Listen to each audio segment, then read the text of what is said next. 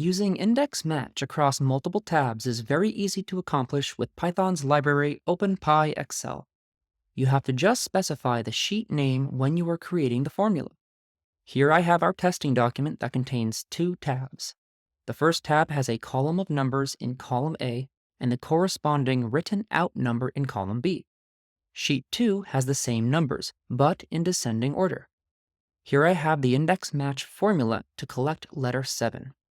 For this video, I won't go into details of exactly how to write the formula, as I have covered that in a separate video. But if you're interested in how to implement the formula, please click the link at the top of the video or the link in the descriptions. So looking at this formula, you can see something that you wouldn't normally expect.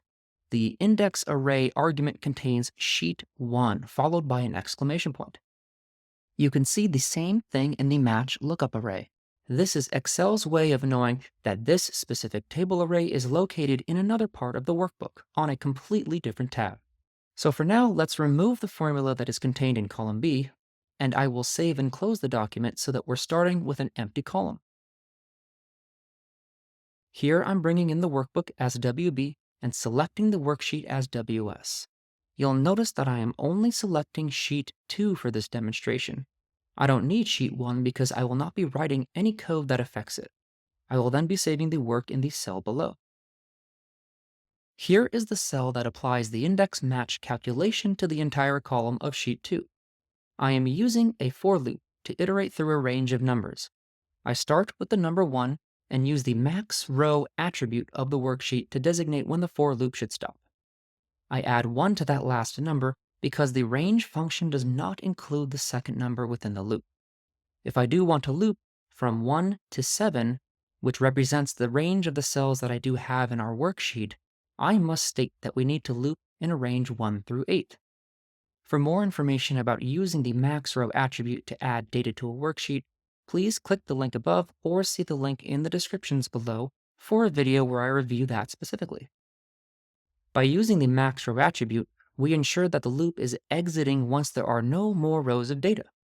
Each of the iterating variables, in this case, is going to be called row. I am selecting each row as we're iterating up one by one, and I'm making sure that the value I am trying to match is also increasing, so that the row value of column A in sheet 2 matches somewhere in the table array of the match argument located in sheet 1. Finally, I am stating that I want an exact match by passing the false argument. I'll execute the cell now, save the workbook, and reopen it to check the work. And here you can now see that sheet 2 has the index match function appropriately applied to display the correctly written out number for each number based on the contents of sheet 1. As I navigate down the column, the formula bar up top shows that I'm pulling from sheet 1 the values based upon the sheet 2's column A content. So it's actually quite easy to do. All you have to do is write out the index match function, making sure that the array argument in index and the table array argument of match are both searching on a table on another tab of your Excel document. That is accomplished by including the sheet name followed by an exclamation point in the formula argument. Thank you as always for watching. Please leave a comment below if you found it helpful. Do give it a thumbs up if you liked the video. That really does help other people find these. And don't forget to hit subscribe so that you know when the next video comes out.